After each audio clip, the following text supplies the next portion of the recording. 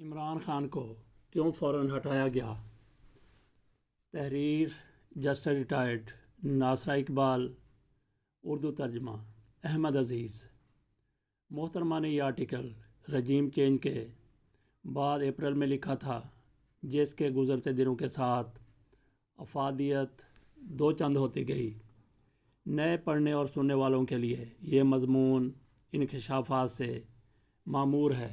ملاحظہ فرمائیے، محترمہ لکھتی ہیں، میں آپ کو بتاؤں کہ عمران خان نے ایسا کیا جرم کیا کہ امریکہ کو انہیں فوراً ان کے عہدے سے ہٹانا پڑا، اور اگر امریکہ ایسا نہ کرتا تو اسے کس قسم کا نقصان اٹھانا پڑ سکتا تھا۔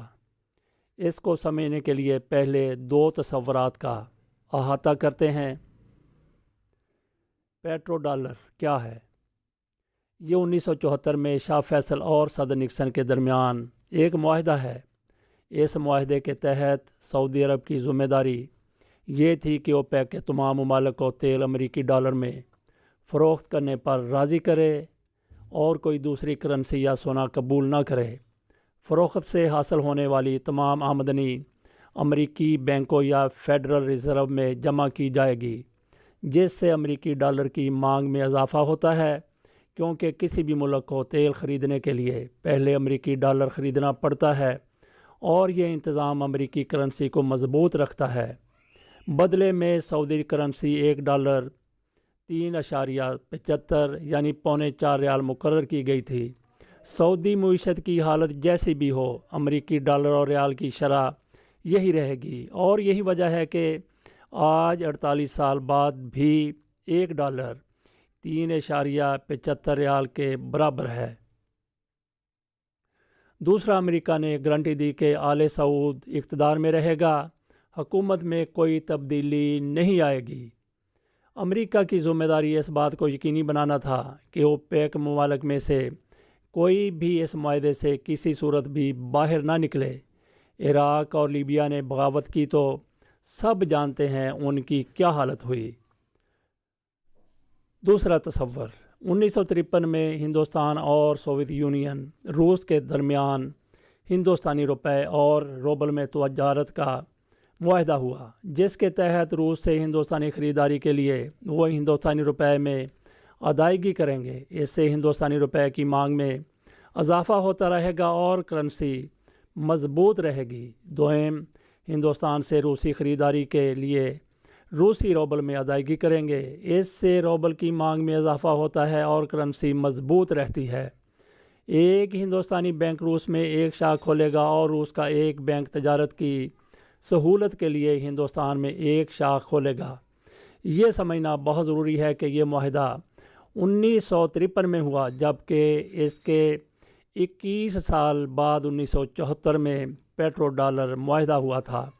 عمران خان پہلے پاکستانی وزیر اعظم تھے جنہوں نے 2019 میں پاکستانی روپے اور چینی یوان میں لین دین کا چین سے معاہدہ کیا۔ اس معاہدے میں سیمی کنڈکٹر، ٹرانسفارمرز، نشریاتی آلات اور الیکٹرانکس آلات شامل تھے۔ اگرچہ امریکہ اس سے خوش نہیں تھا، لیکن وہ چپ رہا کیونکہ اس میں تیل کا لین دین شامل نہیں تھا۔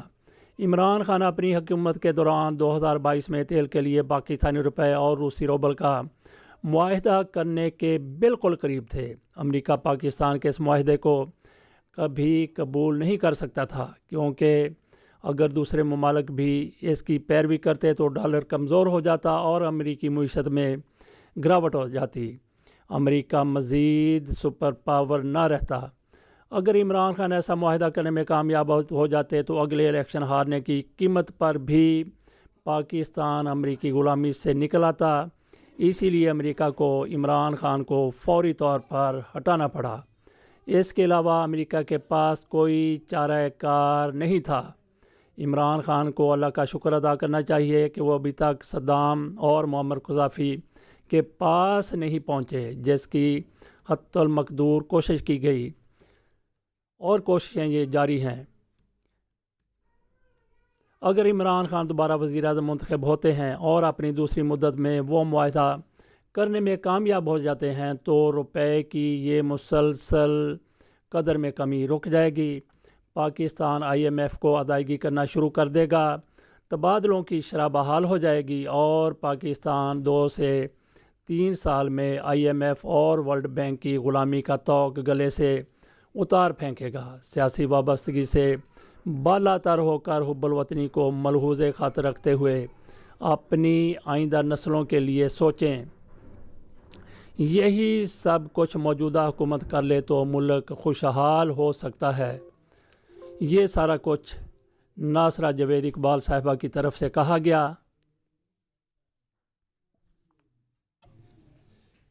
واقعی یہ انکشافات سے بھرپور آرٹیکل ہے، اجازت دیجیے۔